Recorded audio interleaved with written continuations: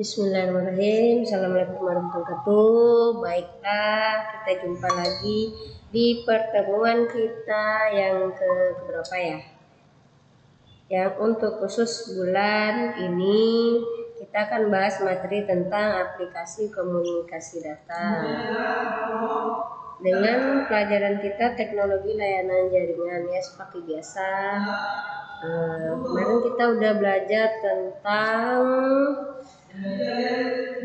komunikasi data, pengertian komunikasi data. Sekarang kita belajar tentang aplikasi komunikasi. Oke. Mata pelajaran teknologi layanan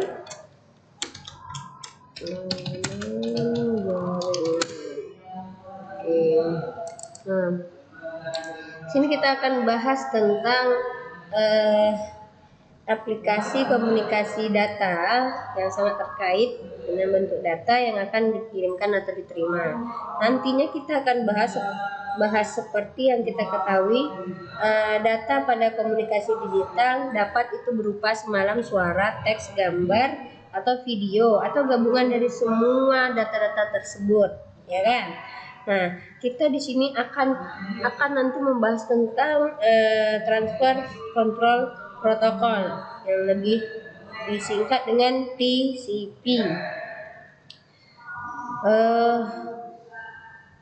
Selain itu, komunikasi data dilakukan melalui jaringan dengan topologi dan skala yang bermacam-macam. Salah satu jaringan besar yang digunakan untuk kegiatan komunikasi data adalah internet. Nanti kita akan belajar tentang apa sih isi dari OSI layer tadi. Nah, kita akan belajar tentang OSI layer. OSI layer atau lapisan penyusun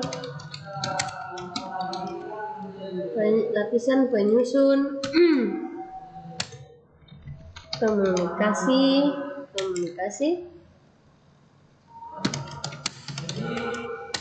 Oke, di sini ada 7 ya. Yang pertama itu dia ada application,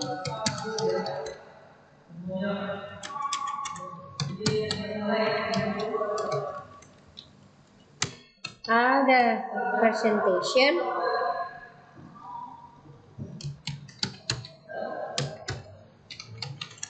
ada session, ada transport,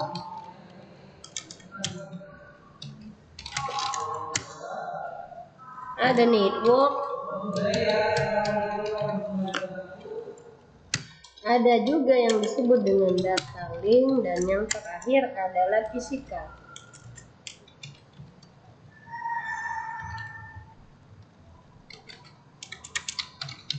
Oke, nah semuanya ini ada 7: application, presentation, session, transport, network, data link, dan yang terakhir adalah physical. Nah, application ini berisi apa, Ibu? Application ini berisi tentang network process to application. Berisi tentang data yang akan kita proses. Itulah yang disebut dengan application layer.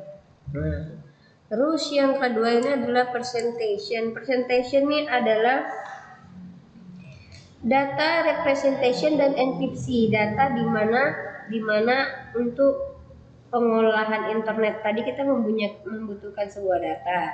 Data itu diolah dan dibagi ke representation dan encryption. Sementara itu, session ini berupa interhost communication, tempat kita berkomunikasi sesama antar host.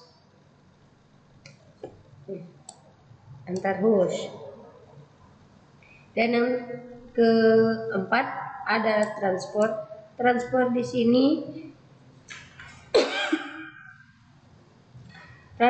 sini adalah sama dengan segmentasinya. Semua yang keempat ini, 1, 2, 3, 4 ini akan berhubungan dengan host layer. Host layer yang di 4 ini. Segmentasinya ada di transport layer.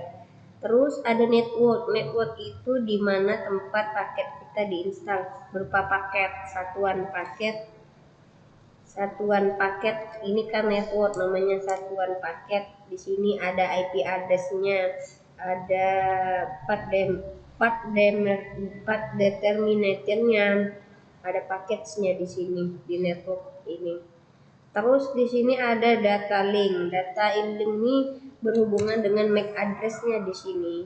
Ada LCC, ada physical address berhubungan dengan frame yang ada di internet tersebut.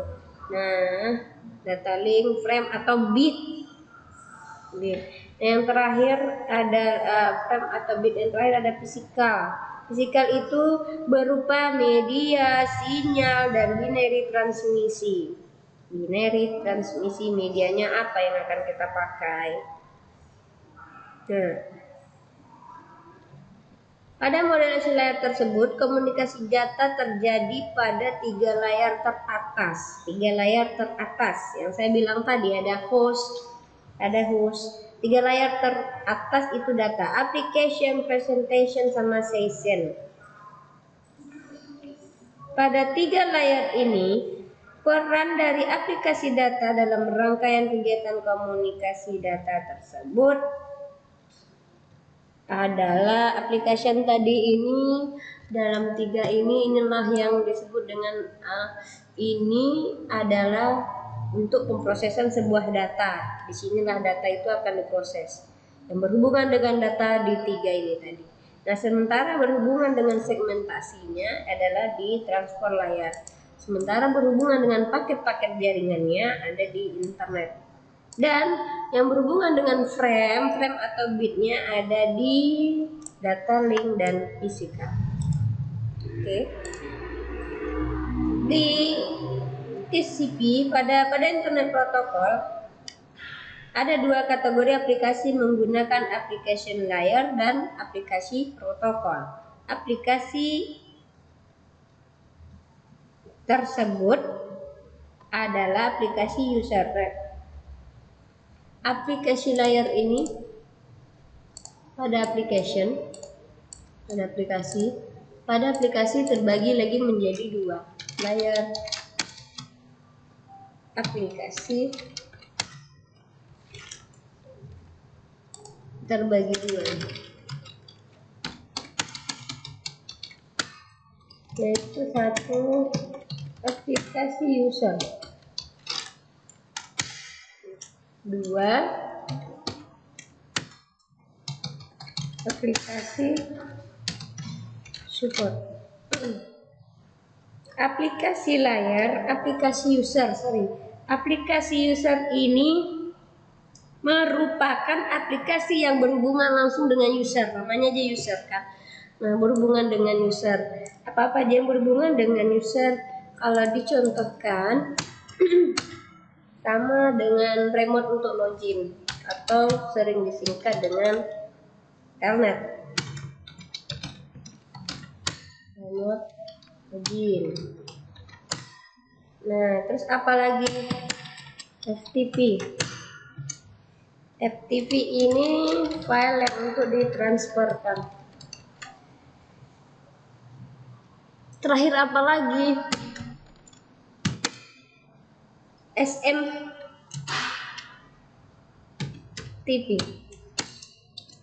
SMTP ini adalah Electronic Mail Delivery.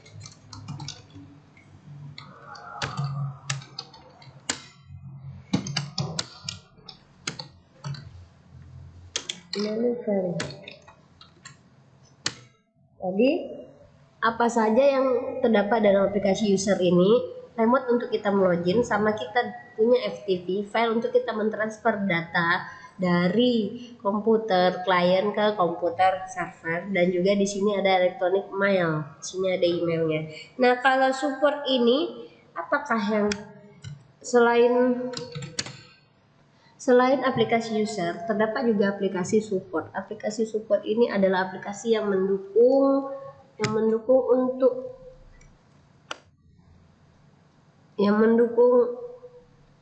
aplikasi yang digunakan pada sistem server, tidak berhubungan langsung pada user. Misalnya name mapping, booting, dan manajemen. Aplikasi support ini contohnya SNMP, yaitu Simple Network Management Protocol.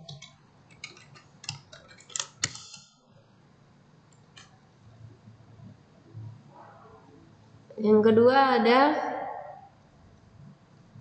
Bootstrap Protocol.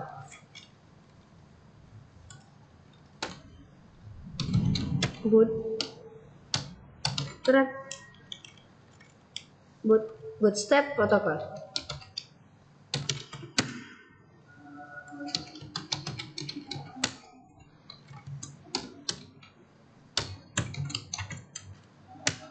Yang ketiga ada RARP, Reservoir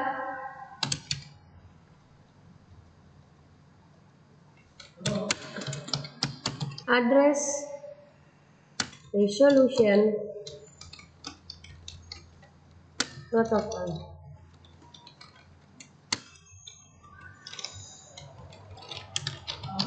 RARP.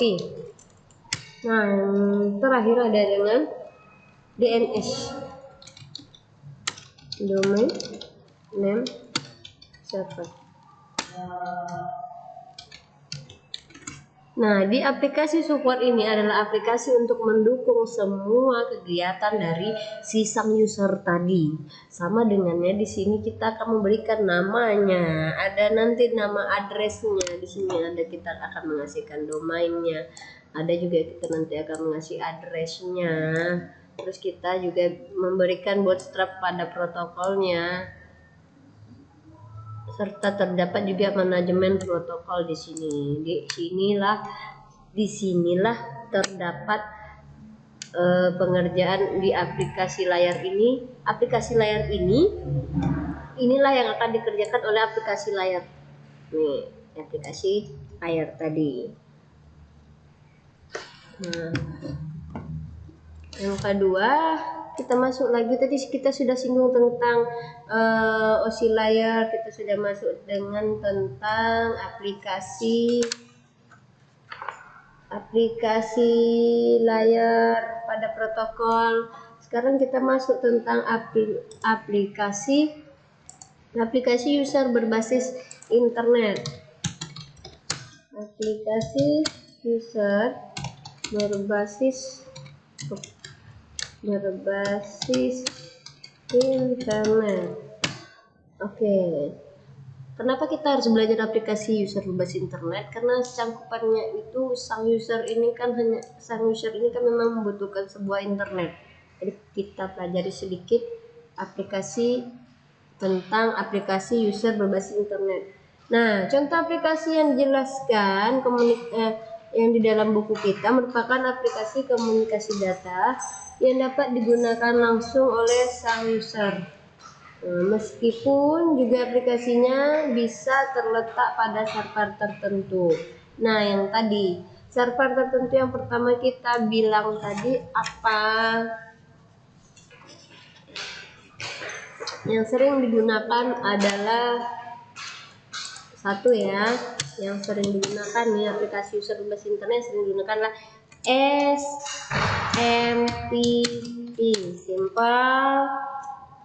Simple Mail Transfer Protocol.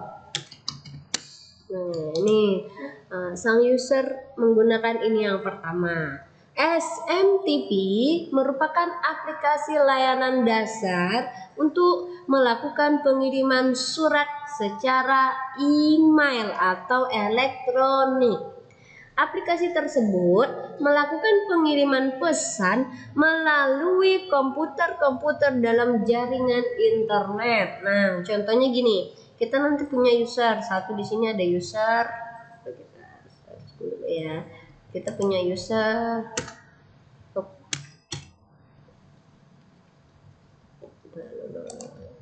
Contohnya, nah di sini kita punya user satu lagi ya. Kita punya server,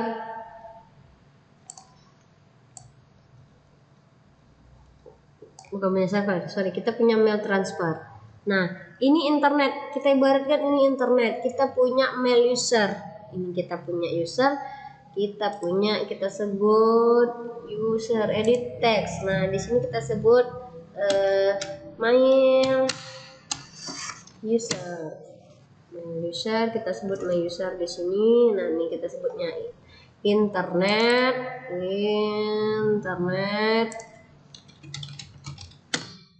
Di sini lagi my user. Nah, caranya oke.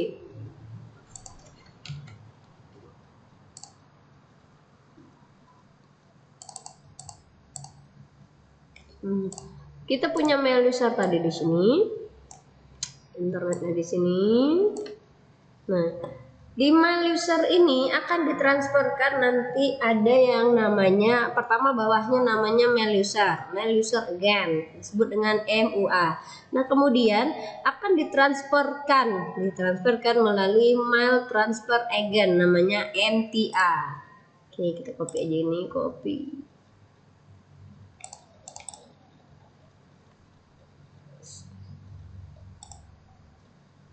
Nah, pasti.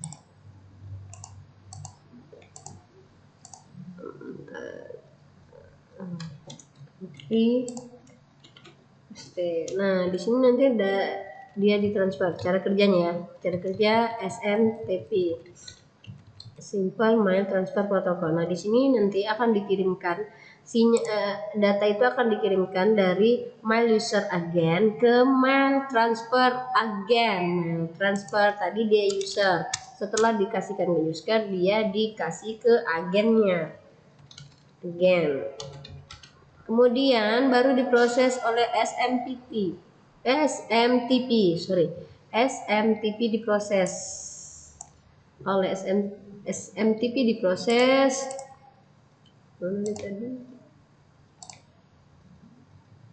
Disinilah dia memproses. Oke.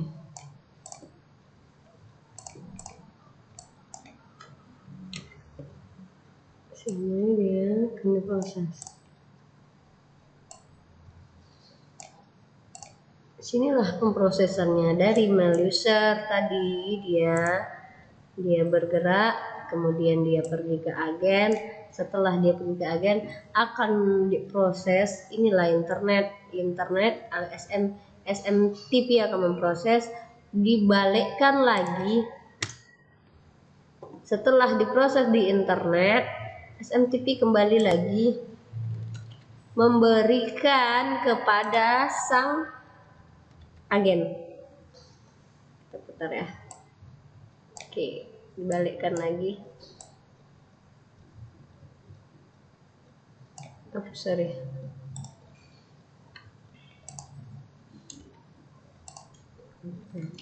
Setelah diproses, dibalikin lagi nih. Dari proses ditanyain nih.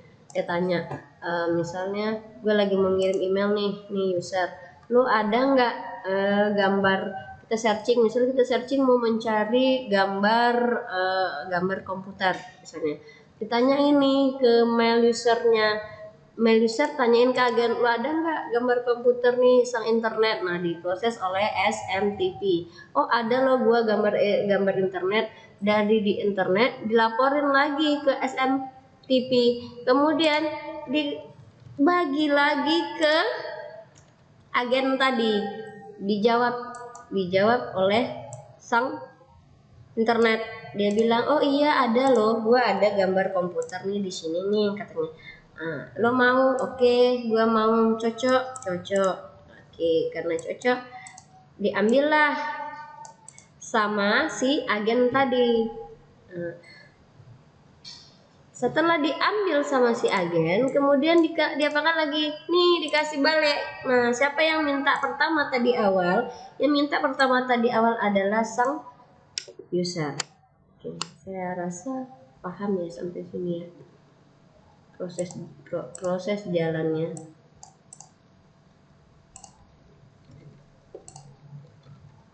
Oke.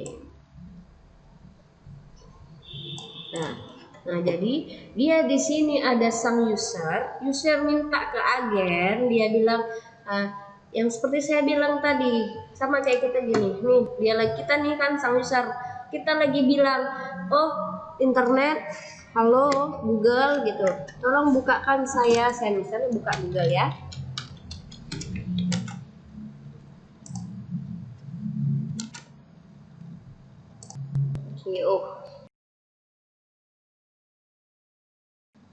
Oke, bismillahirrahmanirrahim. Assalamualaikum warahmatullahi wabarakatuh. Tadi terpotong sedikit. Nah, kita tadi udah bahas tentang aplikasi user berbasis internet. Nah, yang pertama tadi kita udah bahas tentang SMTP dan cara kerjanya. Yang kedua adalah FTP, File Transfer Protocol. Nah, jadi di File Transfer Protocol ini namanya file. Jadi si klien minta untuk transfer file ataupun klien minta transfer file ke server, disetujui sama server. Setelah disetujui sama server, terus nanti akan dikirim balik ke klien. Jika pengiriman file disetujui oleh server, maka TCP kemudian mengatur koneksi untuk melakukan transfer data connection nih. Nah, setelah itu, jika proses pengiriman data sudah selesai, kemudian mengirim pesan kembali oleh control connection, ditransfer file. Setelah pengiriman file disetujui oleh TCP, data connect mengirim balik setelah dapat di sini.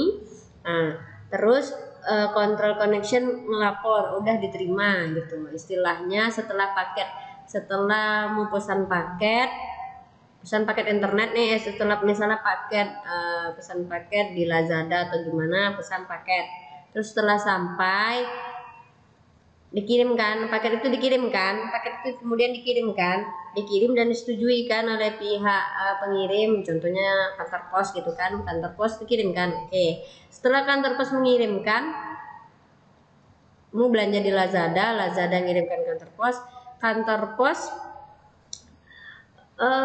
mengirimkan mengirimkan ke Anda lagi. Setelah terkirim ke Anda, tentu disampaikan lagi oleh control connection melaporkan ke FTP server bahwa sudah sampai paket yang diinginkan. Nah, begitu juga kerja file transfer.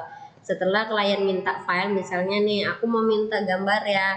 Oke, setujui oleh TCP, setelah itu diproses gambar ini atau bukan, balikin lagi setelah dibilang iya, oke gambar ini dikasih ke klien. Nah, udah sampai belum gambarnya ke klien? Control connection lah fungsinya. Oke, lanjut ke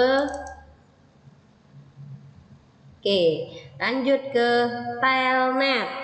Telnet itu adalah logon dari jarak jauh, sama dengan ketika logon dari jarak dekat atau langsung. Nah, contohnya di sini misalkan telnet berkomunikasi dengan menggunakan perangkat yang digunakan user atau klien nih, sama-sama dia pakai keyboard, sama-sama pakai keyboard. Contohnya di sini saya bikinkan keyboard. Modul pada user mengubah perintah terminal input output menjadi bentuk yang dapat dikirim melalui jaringan menuju server. Server telnet berhubungan dengan aplikasi yang berfungsi menggantikan terminal, sehingga remote terminal dianggap sebagai terminal lokal bagi aplikasi yang dikendalikan. Jadi dia dianggap berhubungan dengan aplikasi yang berfungsi menggantikan terminal sehingga remote terminal dianggap sebagai terminal lokal bagi aplikasi yang sedang dikendalikan. Jadi ketika dia login di sini sama dengan dia login di jarak jauh. Kira-kira seperti itu. Login dari jarak logon dari jarak jauh sama dengan ketika user logout dari jarak dekat atau langsung. Kira-kira seperti itu. Nah, kita masuk lagi ke C. C itu aplikasi support. Aplikasi support itu ada beberapa, terdiri dari SNMP. SNMP itu fungsinya adalah yang digunakan pada jaringan berbasis IP.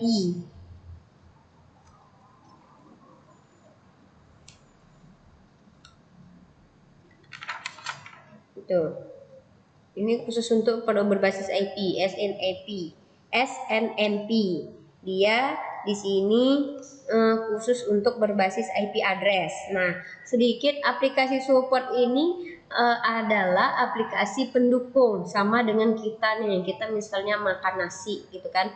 Nah, kita tuh maunya nasi, misalnya kita makan nasi nih. Nah, sambal kita kan banyak kalau kita ke rumah makan, misalnya ada rendang segala macam. Nah, kalau saya misalnya rendang, maka saya nggak butuh ayam. Nah, kenapa dibilang di sini aplikasi support? Jadi aplikasi yang ketika user membutuhkan, kalau tidak butuh, dilaksanakan, tidak dipanggil. Istilahnya gini, saya tadi kan mau nasinya itu sambalnya itu ayam, ya ayam yang saya makan gitu. Nah, ketika di SNMP berbasis IP address, ketika saya mau IP address, setting peralatan IP address, saya menggunakan SNMP. Jadi aplikasi inilah yang akan dipanggil oleh sang user. Nah, kedua ada boot ini adalah IP address secara permanen. Nah, kalau saya maunya IP addressnya permanen, ya saya pakai boot. Nah, kalau misalnya tadi berbasis penyetingan IP address, saya masih pakai SNMP. Nah, ketiga ada DNS. DNS ini fungsinya apa, Bu? Fungsinya untuk mengubah dan menerjemahkan alamat host server yang berupa IP address menjadi nama domain. Nah, didaftarkan dia supaya jadi domain. DNS dapat dianalogikan sebagai buku telepon yang berfungsi untuk mendaftarkan nomor telepon dan nama orang pemilik nomor tersebut. Ini mendaftarkan nama, dia bilang yang menerjemahkan alamat host, jadi daftarkan dia. Itu, daftarkan. Aplikasi support ini seperti saya bilang tadi, ketika kita membutuhkan dia akan dipanggil. Kalau dia tidak dibutuhkan, dia tidak akan dipanggil. Namanya support. Oke. Nah, tadi kita udah belajar tentang aplikasi user berbasis internet. Terus aplikasi support. Ada lagi aplikasi yang dinamakan aplikasi multimedia. Aplikasi multimedia. Oke. Aplikasi multimedia ini khusus berhubungan dengan teks, audio, gambar, dan video. Nah, komponen penyusun dari aplikasi multimedia ini ada 4. Yang saya bilang tadi, teks, multimedia messaging service. Data yang diketikkan di keyboard teks, dapat dibaca dan dicetak teks, ya, berupa teks. Yang kedua ada video telepon. Komunikasi menggunakan audio atau penerimaan data audio atau suara pengguna di tempat berbeda-beda. Ini kan berbeda-beda nih, video telepon berbeda-beda. Misalnya ini sama dengan video conference yang sekarang dilakukan kita model daring. Nah, yang ketiga ada streaming audio, siaran secara langsung. Nah, yang keempat ada VoIP, mengubah suara menjadi rangkaian bit, kemudian mengirimnya melalui jaringan komputer. Ini dia VoIP. Sekilas tentang VoIP. Oke, itu saja penjelasan dari saya. Mohon dikerjakan tugasnya jawab pertanyaannya sesuai dengan buku paket yang telah saya berikan. Lebih dan kurang saya mohon maaf. Wabillahi taufiq wal hidayah. Wassalamualaikum warahmatullahi wabarakatuh.